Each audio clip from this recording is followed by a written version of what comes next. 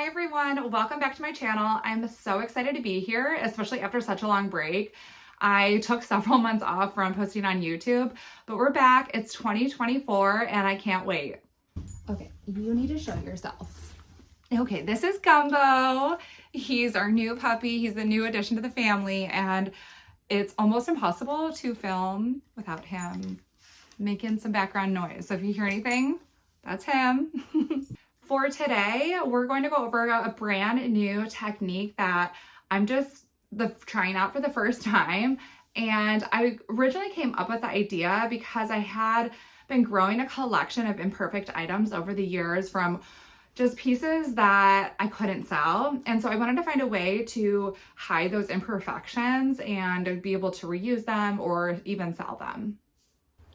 All right, so what you'll need for this project is a little bit of Aqua Resin. You can use Jesmonite or any other eco resin out there. Any type of sponge. I'm using a dish sponge and I'm cutting it up, but you'll see I actually ended up grabbing one of the foam brushes as well. And then lastly, if you have any scrap items laying around, I have this candle holder that had a lot of imperfections, and I came up with this idea because I wanted to find a way to hide all of these. So this is actually the first time that I am trying this out. What I'm doing first is I'm dipping that sponge into the material and then dabbing it onto the piece. As you can see, it gives it kind of like a light texture on there, but I wanted to see what the foam brush would look like. So I'm just kind of tapping it all over. The foam brush definitely has a lighter application in comparison to the other sponge. This is a little bit lighter than I was looking for, and so as you can see, I'm building up the texture on it and just adding more to try to build on top.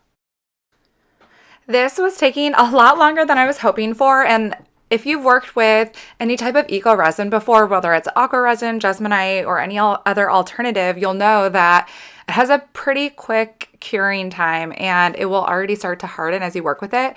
So my goal was trying to find a quicker way to do this. So as you can see, I'm kind of gaining a lot of confidence, and I'm just kind of going in with a lot more material to just put it on the item and then going through with the sponge to create that textured look, which I feel like that's exactly what I was looking for.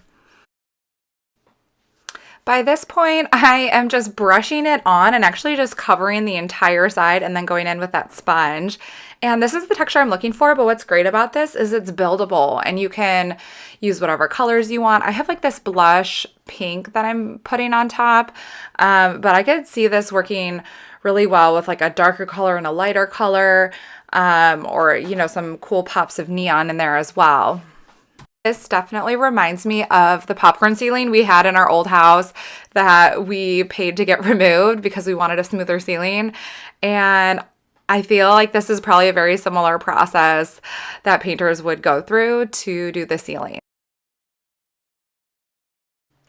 So I noticed I still had a lot of material left, and I just try to use up all of the material whenever I mix it. I just cannot ever waste anything. So I just grabbed this planter I had on hand, and I really wanted to see it with a darker color in the background to see what that contrast would look like. So I'm definitely doing this a lot quicker because I know I don't have much more working time, and I'm just painting it on and using the dish sponge to create that texture. And it's actually working a lot quicker. So far, I'm really loving this technique though, and I think especially I'll continue doing this because I have so many items that are a little too imperfect to sell on my Etsy shop, but this way I can reuse and not have to throw those items away. Also, if you're new here, definitely go check out the Aqua Resin for Beginners video. That will give you a good overview of the mixing ratios and just to get started with working with the material. Okay, friends, that's it. Let me know what you think. Comment down below. And if you try this at home, I'd love to see what you come up with. So please share.